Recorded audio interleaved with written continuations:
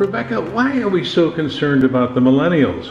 Well, we're so concerned about the millennials because right now they're making up about 29% of the car market, the new car market, and by 2020 they'll be making up 40% of the new car market in terms of buyers. So they're a big group of people that we need to watch very closely. Is it a changing market, that one demographic, the millennials? It is changing, and I think one of the things that it's important to remember is that you can generalize, but you can never say these are blanket statements, especially about this cohort, which went through the recession. And so, you know, if they were 12, 13, 14 years old when the recession hit, safe at home, versus 23, 24, 25 and graduating from college and trying to find a job, they had a different post-recession experience.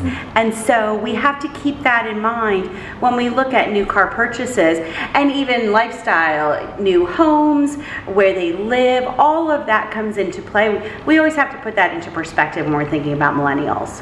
Well, talking about that, you mentioned in your presentation today something that I haven't heard of before, and that is a wardrobe of vehicles. Now, what's happening there? So back in 2007, pre-recession, when we had record sales of vehicles, 17 million vehicles, not uncommon, we saw people buying, say, a pickup truck for the weekends, and then we saw them buying a convertible for date weekends, and then we saw them buying a mid-sized car for commuting.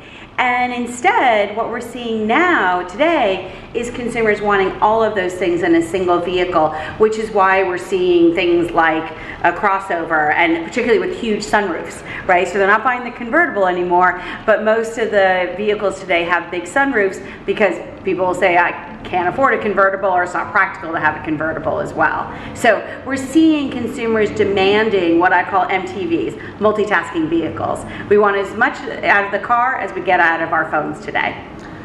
One of the interesting graphs you had today explained that Subaru is doing very well.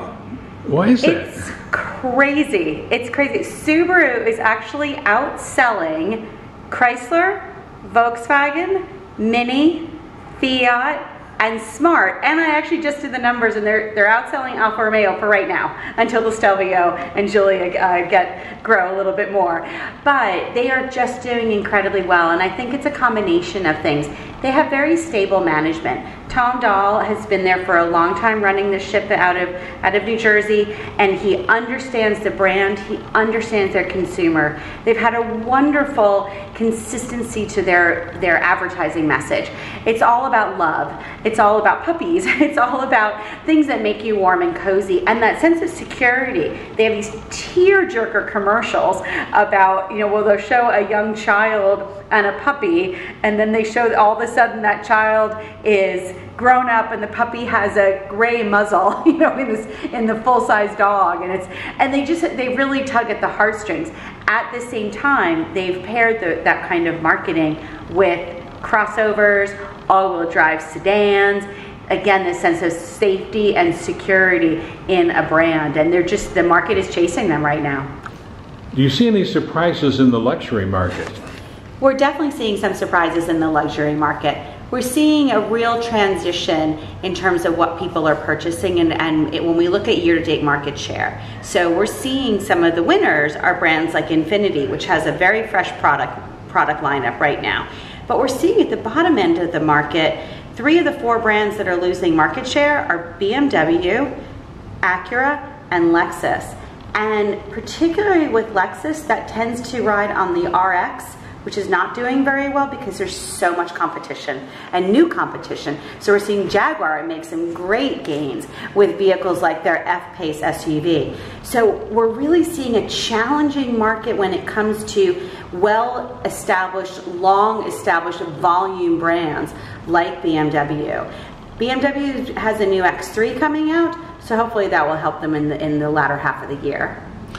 Well, thank you very much. Your insight is amazing, and congratulations on being able to present this stuff in a very entertaining way. I'm so happy. Thank you so much for coming today. We appreciate it.